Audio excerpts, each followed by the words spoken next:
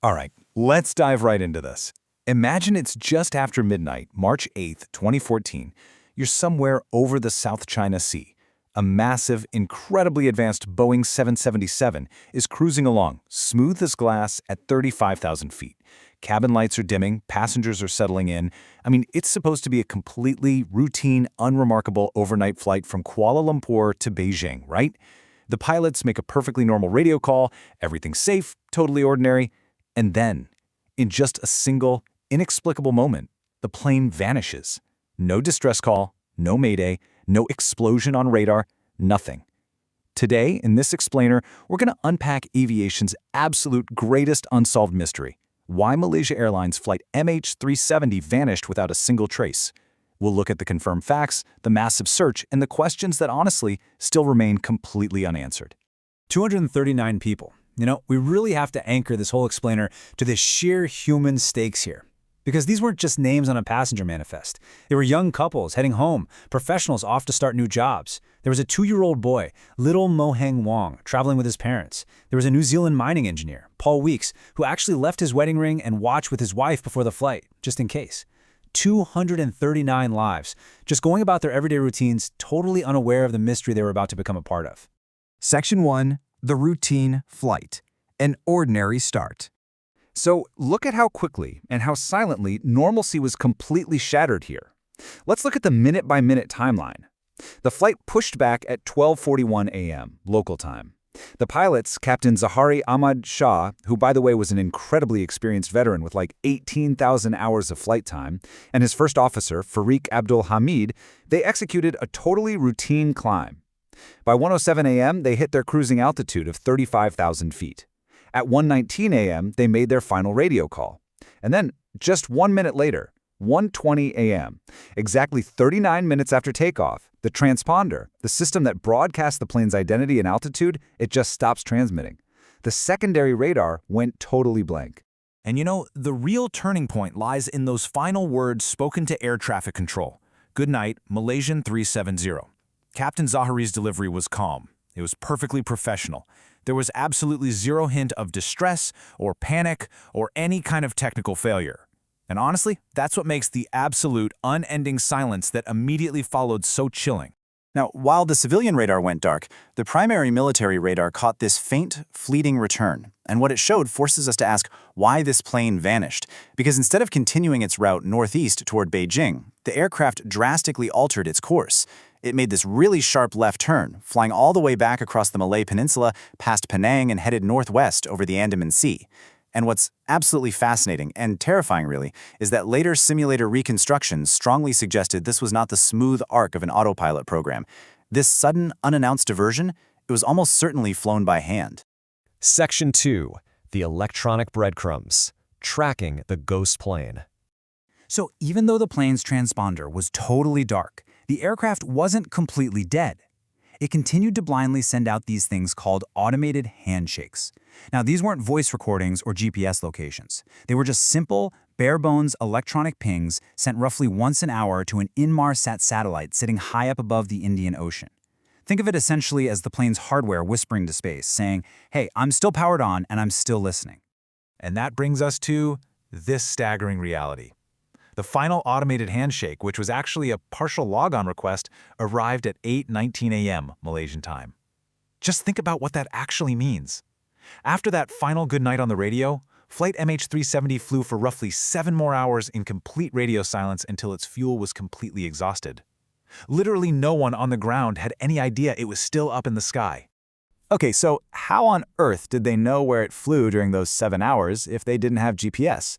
Well, British satellite engineers pulled off something absolutely incredible here, using the Doppler effect. It's kind of like how an ambulance siren changes pitch as it speeds past you, right? The frequency of those hourly satellite pings shifted slightly, depending on whether the plane was moving toward or away from the satellite up in orbit.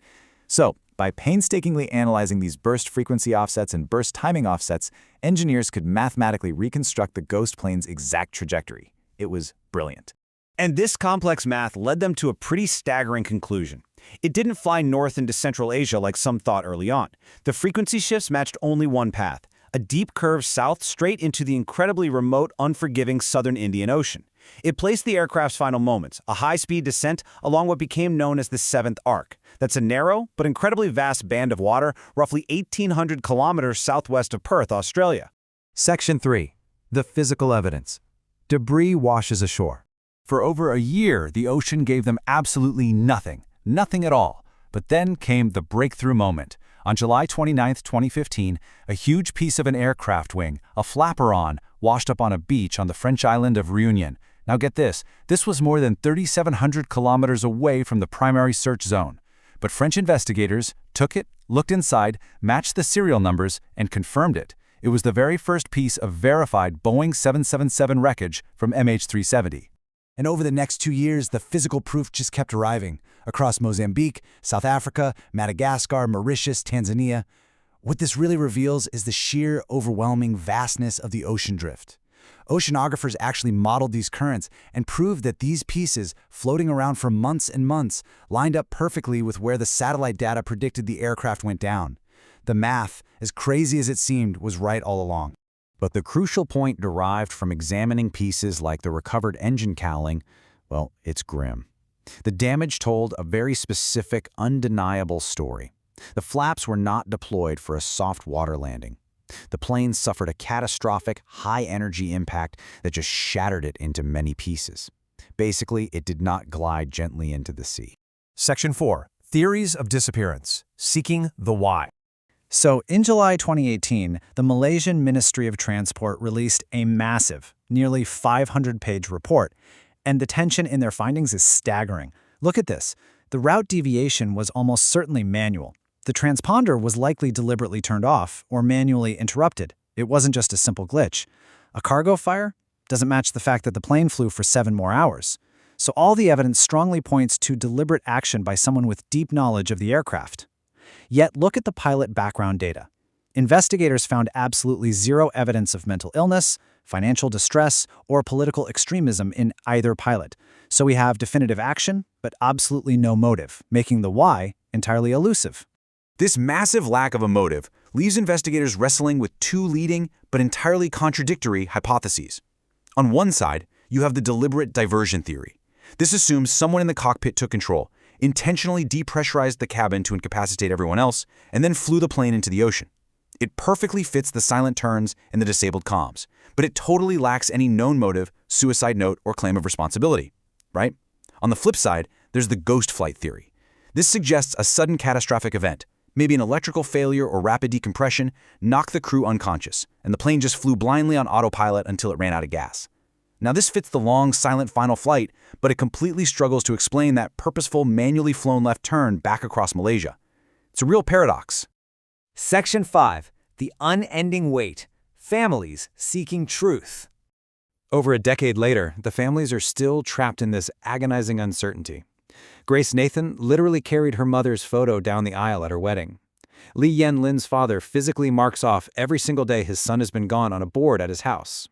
Jaquita Gonzalez, whose husband was the in-flight supervisor, she describes living on this constant roller coaster, where every single report of floating debris raises her hopes, only to completely crush them again. They can't even hold proper memorials because the ocean hasn't returned their loved ones. But while the families wait, the aviation industry was forced to evolve. And why does this matter to you? Because MH370 permanently changed how we fly. When you board a long-haul flight today, the systems watching your aircraft are vastly superior to what existed back in 2014. The International Civil Aviation Organization implemented strict new standards for real-time tracking, they mandated far more frequent position reporting over remote oceans, and they accelerated technology that automatically transmits emergency data. The skies are literally safer today because of this tragedy. But you know, the quest for the ultimate truth, it isn't over. Bringing us right up to the present day, the private marine robotics company Ocean Infinity has actually resumed the search under a new agreement with the Malaysian government. It's a no-find, no-fee contract spanning 2025 into 2026. Using incredibly refined drift models and newly analyzed data, they are scanning thousands of additional square kilometers of the seabed, hoping to finally locate the main wreckage and those flight recorders that hold the final pieces of this massive puzzle. Which leaves us with this final lingering thought. 239 people boarded that aircraft expecting to land in Beijing. Instead, they left the known world and became part of a story that just refuses to end. We have the math, we have the debris, we know it was a high-energy impact. But the ultimate why remains elusive.